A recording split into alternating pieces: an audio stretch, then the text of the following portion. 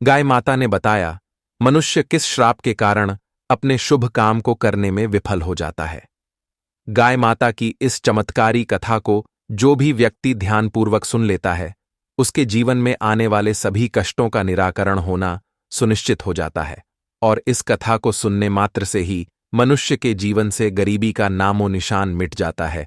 तो मित्रों, वीडियो को आप पूरा देखें ताकि आपको वीडियो में मिलने वाली शिक्षा अच्छे ढंग से प्राप्त हो सके।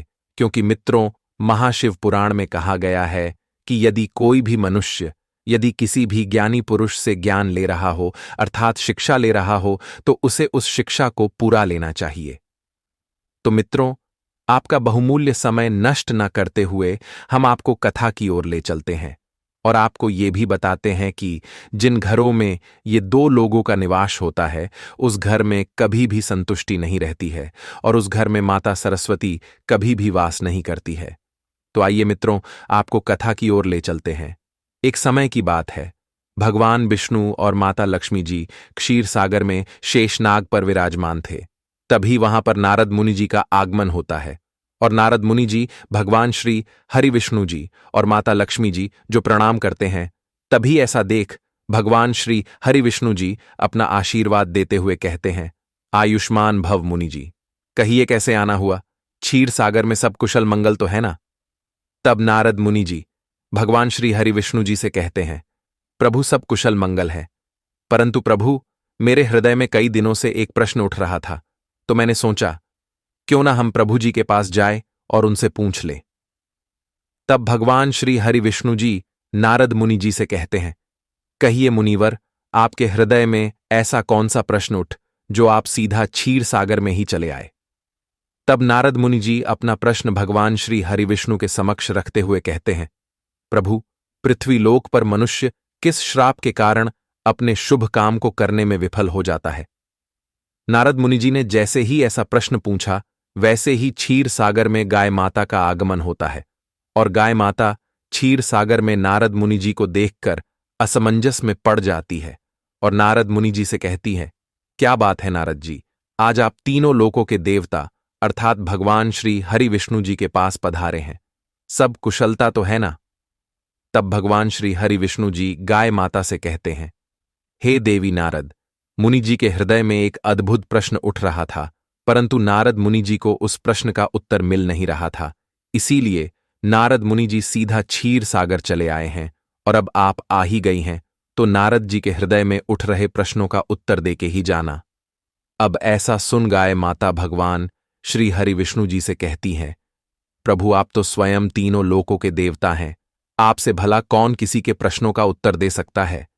तब भगवान विष्णु जी कहते हैं, हां देवी, ये तो सत्य है, पर मैं आज आपके मुख से सुनना चाहता हूं। तब नारद मुनि जी गाय माता को अपने हृदय में उठ रहे प्रश्न के बारे बताते हैं। अब गाय माता सब समझ जाती है। अब गाय माता नारद मुनि जी से कहती है, बस इतना छोटा सा प्रश्न चलो, आज मैं तुमको इस प्रश्न को एक अनोखी कथा के माध्यम से बताता हूं। एक समय की बात है, कंधारपुर नामक एक गांव था और उस गांव में एक चालाक सेठ रहता था। एक दिन कंधारपुर में एक निर्धन व्यक्ति काम की तलाश में भटकता हुआ आता है। तभी चालाक सेठ की नजर उस पर जाती है और सेठ जी उसे आवाज देकर अपने पास बुला लेते हैं। अब वह निर्धन व्यक्ति सेठ जी की आवाज को सुनकर सेठ जी के पास आ जाता है। तब सेठ जी उस निर्धन व्यक्ति से कहते हैं, क्या हुआ भाई, तुम इस कंधारपुर गांव में नए नए दिख रहे हो, क्या तुम रास्ता भटक गए हो या फिर किसी की तलाश में आए हो।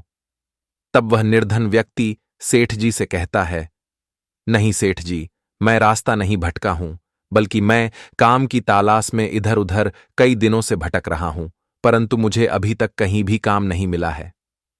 तब चालाक सेठ अपने मन में सोचता है, क्यों ना हम इस आदमी को अपने घर के कामकाज के लिए रख लें, उसके बदले में हम इसे चंद रुपये भी दे दिया करेंगे। वह चालाक सेठ ऐसा सोच ही रहा था कि निर्धन व्यक्ति कहता है, क्या हुआ सेठ जी, आप बहुत सोच में पड़ गए हैं। तब सेठ जी कहते हैं, नहीं नहीं, मैं तो ये सोच रहा था कि मैं तुम्हें अपने साथ काम रख लूं, ताकि तुम मेरे साथ रहकर मेरा पूरा कामकाज संभाल सको। यदि तुम्हें कोई परेशानी ना हो तो तुम मेरे घर पर रहकर काम कर सकते हो। इतना सुन निर्धन व्यक्ति खुशी से झूम उठता है और कहता है, क्यों नहीं सेठ जी, मैं तो काम की तलाश में कई दिनों से घर से निकला हूं। अब वह निर्धन व्यक्ति उस चालाक सेठ की बातों में आ जाता है और सेठ जी के घर में रहने लगता है। अब ऐसा होते करते समय बीत रहा था और उस निर्धन व्यक्ति का समय भी धीरे धीरे करके बदल रहा था। एक दिन चालाक सेठ अपनी धर्मपत्नी से कहता है, भाग्यवान लगता है, यह निर्धन व्यक्ति धीरे धीरे करके हमसे भी धनी हो जाएगा, कहीं यह हमारे घर में चोरी तो नहीं करता है। तब गाय माता भगवान श्री हरि विष्णु जी से कहती है, अब देखना प्रभु इस धनी सेठ के मन में कैसा विचार आएगा और वह उस निर्धन व्यक्ति को अपने घर से यह सोचकर निकाल देगा कि कहीं वह निर्धन व्यक्ति उससे ज्यादा धनी ना हो जाए। अब गाय माता भगवान श्री हरि विष्णु को आगे बताते हुए कहती है, अब एक दिन वह निर्धन व्यक्ति उस चालाक सेठ के पूरे घर काम करके बैठा हुआ था। तभी चालाक सेठ अपनी धर्मपत्नी के साथ उस निर्धन व्यक्ति के पास जाता है और कहता है, चलो भाई, अब तुम कहीं और जाकर काम की खोज कर लो, अब हम अपने घर का काम स्वयं कर लेंगे।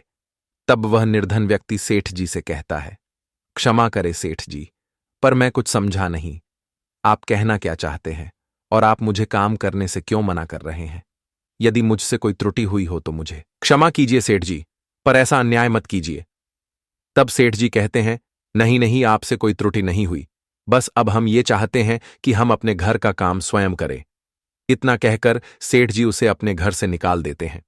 अब बेचारा निर्धन व्यक्ति सेठ जी के घर से निकल जाता है और वह अपने घर की ओर चल देता है। अब उसके मन में यह भी विचार आ रहा था कि घर में क्या कहेंगे। अब ऐसा सोचते सोचते वह एक वीरान जंगल में पहुंच जाता है और उस एक पीपल के वृक्ष के नीचे बैठ जाता है। तभी वहां पर एक महात्मा जी आते हैं और उनके साथ में 2 गाय भी थीं। अब महात्मा जी उस निर्धन व्यक्ति के पास जाते हैं और उससे कहते हैं, भाई, क्या आप मेरी इन गायों को कुछ समय के लिए अपने पास रख सकते हो? मैं जरा नदी में स्नान करके आते हैं। ऐसा सुन वह निर्धन व्यक्ति महात्मा जी से कहता है, जाइए महात्मा जी, हम तो वैसे भी अभी कुछ समय तक इधर ही विश्राम करेंगे। अब ऐसा सुनकर महात्मा जी नदी की ओर स्नान करने के लिए चले जाते हैं। अब इधर वह निर्धन व्यक्ति उन गायों के पास बैठा था, लेकिन महात्मा जी को गए हुए काफी समय हो गया था और महात्मा वापस नहीं लौटे थे और वह इस बात से परेशान था कि पता नहीं कब महात्मा जी आएंगे, हमें घर भी जाना है और संध्या का समय भी हो रहा है। अब वह दुखी होकर चारों तरफ देखने लगता है, लेकिन फिर महात्मा जी उसे नहीं दिखाई देते हैं। अब वह बेचारा निर्धन व्यक्ति उसी वृक्ष के नीचे बैठ जाता है। अब इधर महात्मा जी भी स्नान करके वापस उसी वृक्ष के नीचे आ जाते हैं और देखते हैं तो वह इंसान बहुत ही दुखी प्रतीत हो रहा था। महात्मा जी को अब महात्मा उस व्यक्ति से कहते हैं, पुत्र, तुम इतना सुखी क्यों हो और तुम्हें इस दुख का कारण क्या है? हमें भी बताओ, हो सकता है हम तुम्हारे दुख का निवारण कर सके। तब वह निर्धन व्यक्ति महात्मा जी कहता है, क्या बताइए महात्मा जी, पता नहीं भगवान मुझसे किस जन्मों का बदला ले रहे हैं, जो मुझे अपना पेट पालने के लिए दर दर भटका रहे हैं, और मैं जब भी कोई नेक काम करने की सोचता हूं या फिर किसी काम को करने लगता हूं तो वह काम अधूरे में ही विफल हो जाता है। तब महात्मा जी उस निर्धन व्यक्ति की बातों को सुनकर उस व्यक्ति को कहते हैं, पुत्र, मुझे ऐसा प्रतीत हो रहा है कि इन गायों को पालने से आपके सभी कष्टों का निवारण हो सकता है, और वैसे भी हम महात्मा आदमी कहाँ इन गायों की देखभाल कर पाएंगे। मेरा कभी इस वन तो कभी उस वन आना जाना लगा रहता है और हम इन गायों की सही से देखभाल भी नहीं कर पाते हैं। तो पुत्र, इसी कारण मेरी इच्छा है कि आज से तुम इन गायों की देखभाल करो और इन्हें अपने साथ घर लेकर जाओ, और यदि तुम्हें भविष्य कभी भी इन गायों की वजह से समस्या हो तो तुम मुझे वापस कर देना, लेकिन कभी भी इन्हें भूखा मत रखना। अब गाय माता भगवान श्री हरि विष्णु जी से कहती है, प्रभु, अब देखना पृथ्वीलोक पर मनुष्यों की चालाकी और क्रूरता का पता चलेगा। अब इतना कहकर महात्मा जी उस निर्धन व्यक्ति को अपनी दोनों गायों को देकर वहां से चले जाते हैं। अब वह निर्धन व्यक्ति महात्मा जी की दोनों गायों को लेकर अपने घर चला जाता है। अब उसकी पत्नी अपने पति को उन दोनों गायों के साथ देखकर बहुत खुश हो जाती है और वह जल्दी से घर के अंदर जाती है और एक लोटे में जल और अक्षत लेकर आती है और गाय माता की पूजा करके एक नीम के वृक्ष पर जल को समर्पित कर देती है। अब उसका पति उन गायों को खूंटे से बांध देता है और घर की ओर चला जाता है। अब उसकी पत्नी जल्दी से जाती है और अपने पति के लिए शीतल जल से नमक का शरबत बनाकर लाती है। अब उसका पति उस शरबत को पीने लगता है। जब वह उस शरबत को खत्म कर देता है, तब इसकी पत्नी उससे कहती है, स्वामी, आप इतने दिनों से अचानक कहाँ चले गए थे और आपको ये दो दो गाय कहाँ से मिल गई? कहीं आपने कोई गलत कदम तो नहीं उठाया है?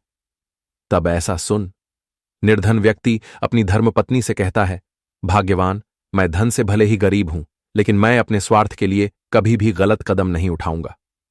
ऐसा सुन उसकी पत्नी कहती है, वो तो ठीक है, पर स्वामी, ये दो दो गाय कहां से मिली आपको? तब वह निर्धन व्यक्ति अपनी पत्नी से कहता है, भाग्यवान, तुम यही जानना चाहती हो ना कि ये दो गाय हमें कहां से मिली? तो सुनो। भाग्यवान, मैं एक धनी सेठ के घर पर रहकर उसके घर के सभी कार्यों कर्म निष्ठापूर्वक करता था। एक दिन उस धनी सेठ ने पता नहीं क्या सोचकर मुझे अपने घर से निकाल दिया। तभी मैं भटकते भटकते एक वीरान जंगल में जाकर एक वृक्ष के नीचे बैठ जाता हूं, और तभी वहां पर एक महात्मा जी अपनी इन दो गायों के साथ आते हैं और मुझे इन दोनों गायों को देखने के लिए कहते हैं। तत्पश्चात वो नदी में स्नान करने के लिए चले जाते हैं और उन्हें वापस आने काफी समय लग जाता है और संध्या भी होने वाली थी। अब मैं ऐसा देख बहुत दुखी हो जाता हूं और उस वृक्ष के नीचे बैठ जाता है। तभी महात्मा जी नदी से स्नान करके वापस आ जाते हैं और मेरे दुखी होने का कारण पूछते हैं, और मैं महात्मा जी की बातों में आकर अपने दुखी होने का कारण निसंकोच होकर बता देता हूं। अब महात्मा जी से यह सब देखा नहीं गया और उन्होंने मुझे अपनी इन गायों को दान में दिया। तो बताओ भाग्यवान, मैंने इसमें कौन सा पाप कर दिया? अब इतना सुन उसकी धर्मपत्नी शांत हो जाती है और वह गायों के लिए चारा भूसा लाने चली जाती है। अब ऐसा होते करते समय बीत रहा था। एक दिन उस निर्धन व्यक्ति की गाय एक छोटे बच्चे को जन्म देती है। अब वह निर्धन व्यक्ति और उसकी धर्मपत्नी ऐसा देख बहुत प्रसन्न होते हो। अब धीरे धीरे उस निर्धन व्यक्ति के घर में खुशियां आने लगती है और वह उस गाय के दूध को बेचकर अपने घर का खर्च चलाने लगा था। अब ऐसा देखते देखते वह निर्धन व्यक्ति उस धनी सेठ से ज्यादा धनी हो गया था। एक दिन ऐसा देख सभी गांव वाले आपस में बात करने लगे और एक दूसरे से कहने लगे कि अभी तक तो इसके घर में खाने के लिए अन्न पानी नहीं हुआ करता था, और आज यह दूसरे गांव के धनी सेठ से भी ज्यादा धनी बन गया है। अब ऐसा देख गांव का एक व्यक्ति दूसरे गांव के धनी सेठ के पास जाता है और उस धनी सेठ को इस निर्धन व्यक्ति के बारे में बताता है। अब ऐसा सुन धनी सेठ बौखला जाता है और बिना कुछ सोचे समझे ही उस आदमी के साथ चल देता है। अब जब उस आदमी के साथ उस निर्धन व्यक्ति के घर पहुंचता है तो उसके कारोबार को देखकर हैरान रह जाता है। अब इधर वह निर्धन व्यक्ति किसी काम से घर से बाहर अपनी धर्मपत्नी के साथ गया हुआ था, और जब वह वापस आता है तो देखता है कि उसके घर पर वही सेठ आया हुआ जिसके घर पर वह नौकर की तरह कामकाज करता था। अब वह उन सेठ जी को अपने घर के अंदर ले जाता है और सेठ जी का स्वागत सत्कार करता है। अब यह सब होने के बाद धनी सेठ उस निर्धन व्यक्ति से कहता है, अरे भाई, ये सब कैसे हुआ? कल तक तो तुम मेरे पर नौकर की तरह कामकाज करते थे और आज तुम्हारे घर पर नौकर कामकाज कर रहे हैं। क्या तुम्हें कहीं कोई जादुई अर्थात रहस्यमयी वस्तु तो नहीं मिल गई है जिससे तुम इतना धनवान इंसान बन गए हो? सेठ जी के मुख से ऐसा सुन वह निर्धन व्यक्ति कहता है, नहीं सेठ जी, ये आओ कैसी बात कर रहे हैं? मुझे कोई भी जादुई वस्तु नहीं मिली है और ना ही मुझे कोई रहस्यमयी वस्तु मिली है, बल्कि यह सब तो मेरे पिछले जन्म का किया कराया है जो मुझे इस जन्म में मिल रहा है। और यदि आओ ये जानना चाहते हैं कि मैंने ये सब कैसे कर लिया, तो सुनिए सेठ जी, ये नौकर चाकर और धन दौलत सब इन गायों की वजह से है, और आज मैं जो इस मुकाम पे आया हूं उसमें भी इन्हीं गाय माता का आशीर्वाद है। अब ऐसा सुन लालची सेठ के मन में छल की भावना आ जाती है और लालची सेठ निर्धन व्यक्ति के घर से अपने घर के लिए चल देते हैं। अब जब लालची सेठ अपने घर पहुंचता है तो उसकी पत्नी कहती है, क्या जी, आज आप बहुत परेशान दिखाई दे रहे हैं। क्या आपको उस निर्धन व्यक्ति ने कुछ कह दिया या फिर किसी बात को लेकर आप परेशान हैं? तब लालची सेठ अपनी धर्मपत्नी से कहता है, नहीं भाग्यवान, मुझे उस निर्धन व्यक्ति ने कुछ भी नहीं कहा और ना ही मैं किसी और बात से परेशान हूं। तब लालची सेठ की पत्नी कहती है, तो फिर आप किस बात से परेशान हैं? अब अपनी पत्नी की ऐसी बातों को सुनकर वह लालची सेठ अपनी पत्नी से कहता है, भाग्यवान, क्या तुम सच में मेरी परेशानी का कारण जानना चाहती हो? तो सुनो। जिस निर्धन व्यक्ति को हमने अपने घर से निकाला था, न आज वह निर्धन व्यक्ति हमसे भी धनवान इंसान बन गया है, और वो भी गाय का दूध बेचकर। तब ऐसा सुन उसकी चतुर पत्नी कहती है, स्वामी, अगर ऐसी बात है तो वह इंसान धीरे धीरे करके हम सबको पीछे कर देगा।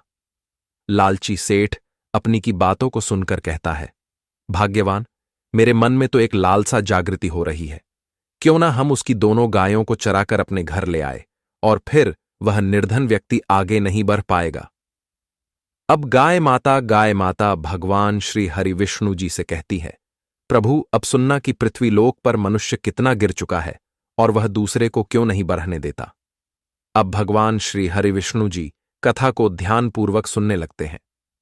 अब लालची सेठ एक दिन मध्य रात्रि में उस निर्धन व्यक्ति के घर जाता है और इधर उधर देखता है तो उसे कहीं कुछ भी दिखाई नहीं देता है। अब वह उस निर्धन व्यक्ति के घर में दबे पांव प्रवेश कर जाता है। अब वह जैसे ही उन गायों के पास जाता है, वैसे ही गाय माता चिल्लाने लगती है। अब गायों की ऐसी आवाज को सुनकर उस निर्धन व्यक्ति की आंख खुल जाती है और वह जल्दी से अपनी धर्मपत्नी को नींद से उठाता है। अब जल्दी से उसकी पत्नी उठती है और कपड़े पति से कहती है, क्या जी, आज आप इतनी रात में क्यों शोर मचा रहे हो? तब उसका पति कहता है, भाग्यवान लगता है, अपनी गायों को कोई तकलीफ है, इसीलिए जोर जोर से आवाज कर रही है। अब ऐसा सुन, वह दोनों अपने घर से निकलकर गायों के पास जाते हैं और देखते हैं तो उसे वहां पर कुछ भी दिखाई नहीं देता है। अब वह दोनों फिर से आते हैं और सो जाते हैं। अब इधर लालची सेठ भागता हुआ अपने घर पहुंचता है। अब उसकी चतुर पत्नी सेठ जी की ऐसी हालत को देखकर जल्दी से जाती है और अपने पति से कहती है, क्या हुआ स्वामी, आप अकेले ही आए हैं, साथ में गायों को नहीं लाए? तब लालची सेठ कहता है, भाग्यवान, उस निर्धन व्यक्ति की गायों का चुराना इतना आसान नहीं, क्योंकि उसकी गाय बहुत ही समझदार और चतुर है। तब उसकी पत्नी कहती है, परंतु स्वामी, वो तो जानवर है, कोई इंसान तो है नहीं जो वो समझदार और चतुर होंगी। परंतु आपके स्वामी, ऐसा क्या हुआ जो आप ऐसा कह रहे हैं? तब लालची सेठ कहता है, भाग्यवान, जब मैं उस निर्धन व्यक्ति के घर पर पहुंचा और चारों ओर सही से देखा तो मुझे कोई भी दिखाई नहीं दिया। तब मैं अपने दबे पैरों से चलकर उस निर्धन व्यक्ति के घर के उसे कोने में गया जहां पर वो गाय बंधी हुई थी। अब मैं जैसे ही उन गायों को रस्सी से खोलने लगा, तभी यो दोनों गाय जोर जोर से चिल्लाने लगीं। तब गायों की आवाज सुन निर्धन व्यक्ति भी वहां पर आ जाता है। परंतु भाग्यवान, गलीमत यह थी, मुझे उस निर्धन व्यक्ति ने देखा नहीं है और मैं जल्दी से वहां से भाग निकला। अब इतना सब सुनने के बाद उसकी पत्नी सोच में पड़ जाती है और कहती है, स्वामी, फिर तो वह निर्धन व्यक्ति हम सबको पीछे छोड़ देगा। अब भगवान श्री हरि विष्णु जी मुस्कुराते हुए कहते हैं, गाय माता, अब लगता है लालची सेठ कुछ अलग करने की सोचेगा। तब गाय माता कहती है, जी प्रभु, अब मनुष्यों की असली सच्चाई और उनके शुभ काम में विफल होने का पता चलेगा। आपको बस अब आप ध्यान से सुनिएगा। अब भगवान श्री हरि विष्णु जी कथा को सुनने लगते हैं। अब लालची व्यक्ति अपनी पत्नी से कहता, नहीं भाग्यवान, ऐसा कदापि नहीं होगा। हम एक बार पुनः प्रयास करेंगे और अब की बार अकेले जाएंगे, बल्कि साथ में गांव के कुछ लोगों को धन का लालच देकर उन्हें भी अपने साथ ले जाएंगे। अब वह लालची सेठ अगले दिन अपने गांव जाता है और गांव के कुछ व्यक्तियों को अपने साथ ले आता है और उन्हें धन का लालच देकर सब समझा देता है। अब गांव के व्यक्तियों को क्या पता कि ये सब करना उनके लिए उचित रहेगा या नहीं। उन्हें क्या, उनको तो चंद पैसों से मतलब था। अब अगले दिन जब संध्या का समय होता है तो लालची सेठ उन गांव वालों के साथ जाता है और उस निर्धन व्यक्ति की गायों को खोलकर अपने साथ ले आता है और अपने घर के अंदर बांध देता है। अब जब सुबह होती है तो वह निर्धन व्यक्ति अपनी गायों के तबेले में जाता है और देखता है तो उसकी गायों का कहीं अता पता नहीं था। अब वह अपनी धर्मपत्नी को आवाज देता है। अब उसकी पत्नी भागते हुए आती है और वह भी देखती है तो उसकी गाय उसे तबेले में दिखाई नहीं देती है। अब वह दोनों रोने विलखने लगते हैं और अपनी गायों की तलाश में निकल जाते हैं, लेकिन उनकी गाय उन्हें कहीं भी नहीं मिलती है। अब वह दोनों गाय को खोजते खोजते बेबस हो जाते हैं और फिर आखिरी में उस लालची सेठ के घर पा जाते हैं और उससे आपनी आप बीती है बताते हैं। तब लालची सेठ कहता है, हम क्या कर सकते हैं भ्राताश्री, हमने तो उन्हें कहीं देखा भी नहीं, परंतु जब मैं उन गायों को कहीं देखूंगा तो तुम्हें जरूर बताऊंगा। अब इतना सुनने के बाद वह बेबस निर्धन व्यक्ति उस लालची सेठ के दरवाजे से मायूस होकर अपने घर वापस चला जाता है। लालची सेठ अपनी पत्नी से कहता है, भाग्यवान, देखा हमने कैसे उन दोनों को बेवकूफ बना दिया। अब उसकी पत्नी कहती है, परंतु स्वामी, हम इन गायों को बांधकर कैसे धनी बनेंगे। इतनी बात सुनकर लालची व्यक्ति कहता है, हे मूर्ख नारी, हम इन्हें बांधकर धन नहीं कमाएंगे, बल्कि इनका दूध बेच कर धन कमाएंगे। अब लालची अगले दिन उन गायों के पास जाता है और जैसे ही उन गायों दुग्ध निकालने के लिए बैठता है, वैसे ही दोनों गाय उस लालची सेठ को जोर से धक्का देकर उस निर्धन व्यक्ति के घर पहुंच जाती है।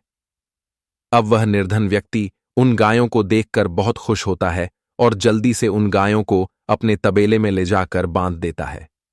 अब इधर उस लालची सेठ के घर से सब धीरे धीरे करके खत्म होने लगा और वह दाने दाने को मोहताज होने लगा।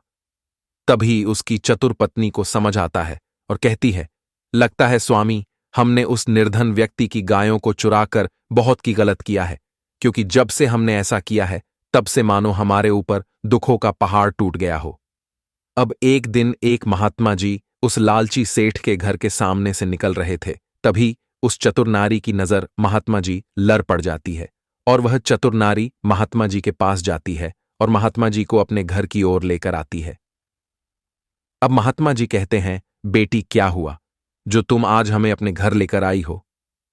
तब वह चतुर नारी महात्मा जी से सब कुछ सच सच बता देती है और कहती है, महात्मा जी, तब से हम जो कुछ भी शुभ काम करने जाते हैं तो शुभ काम होने से पहले ही विफल हो जाता है।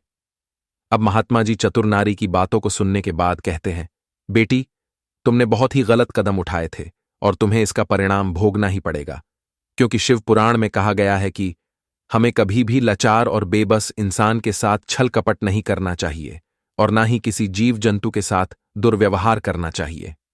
अब इतना कहकर महात्मा जी चले जाते हैं।